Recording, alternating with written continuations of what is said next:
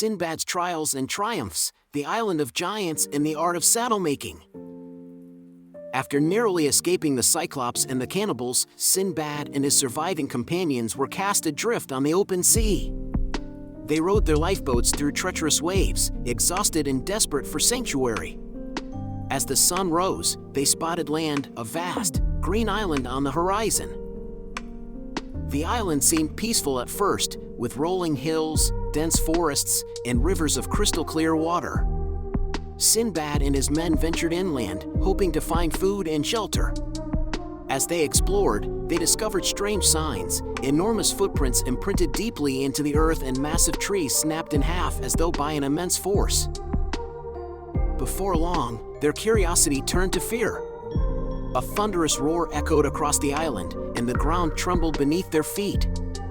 Emerging from the jungle was a colossal being, a giant towering at least 50 feet tall. Its body was covered in coarse, leathery skin, and it moved with slow, deliberate steps, each one shaking the earth. The men tried to flee, but the giant spotted them.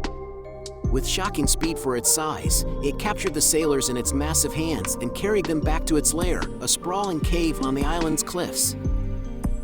Inside the cave, the sailors were horrified to find themselves thrown into a vast, makeshift pen constructed from massive logs. Around them were remnants of earlier victims, fragments of bones, and tattered remains of clothes. It became clear that the giants treated their captives as livestock, feeding them just enough to keep them alive. The giant that captured them was not alone. Several other towering beings roamed the area, communicating in deep, guttural tones. Their immense size and strength made resistance futile, and the sailors could only watch in terror as the giants decided their fate. Sinbad, as always, refused to accept defeat. Observing the giants' habits, he noticed their fear of fire. Whenever one of them approached the cooking flames too closely, it recoiled instinctively. Sinbad shared his observations with the group and devised a bold plan. Using the limited materials in their pen, the sailors constructed torches from the branches of a nearby tree. They waited for nightfall, knowing it was their best chance to escape unnoticed. Under the cover of darkness, Sinbad and his men lit their torches and set the giant's wooden pen ablaze. The roaring flames startled the giants, who retreated in fear, their deep cries reverberating through the cave. Using the chaos to their advantage, the sailors fled into the jungle.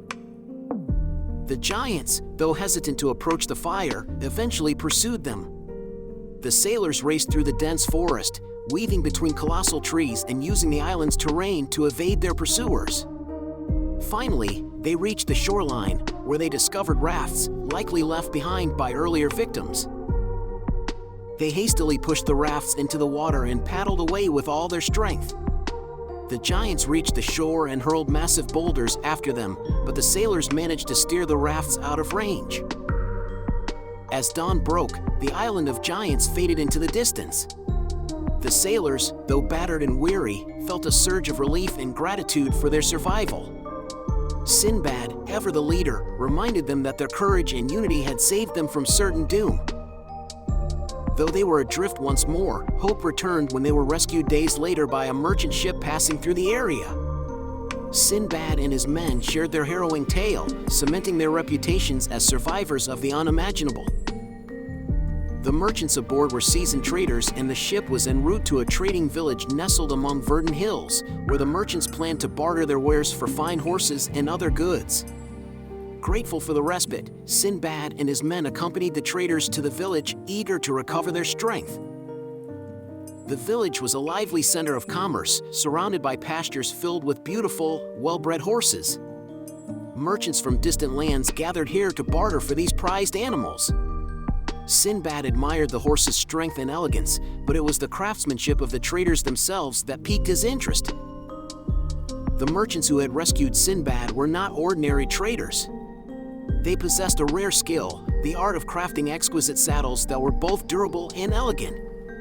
These saddles were highly sought after by horse enthusiasts and warriors alike, and they fetched a high price in distant markets.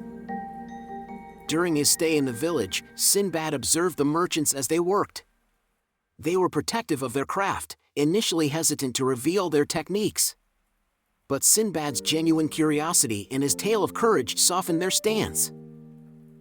The merchants demonstrated how to choose the finest leather, shape it to fit perfectly on a horse's back, and embellish the saddles with intricate patterns.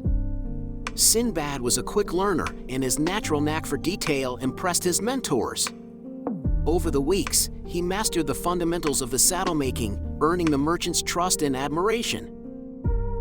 After 2 months of trading and crafting, the merchants announced that their business in the village was complete and they were preparing to return to their homeland. As promised, they offered to drop Sinbad and his crew at a nearby city on their route. Sinbad thanked the merchants for their generosity and the invaluable knowledge they had shared.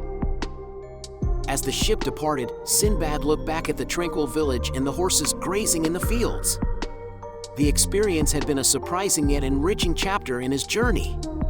Not only had he found safety after his harrowing ordeals, but he had also gained a valuable skill that he could use in the future. With the sea stretching before him, Sinbad once again felt the thrill of adventure stir within him. Though he did not know where fate would take him next, he carried with him the wisdom and generosity of the merchants who had become his friends. Their saddle-making techniques would forever remain a treasured part of his growing legacy as an adventurer and learner of the world. If you're captivated by Sinbad's adventures, don't miss out on what's to come. Subscribe to our channel, like this video, and share it with fellow adventurers to join us on every step of this epic journey. Together, let's uncover the marvels and mysteries of Sinbad's world. Until next time, adventurers, may your sails be strong and your hearts be brave. See you on the next voyage.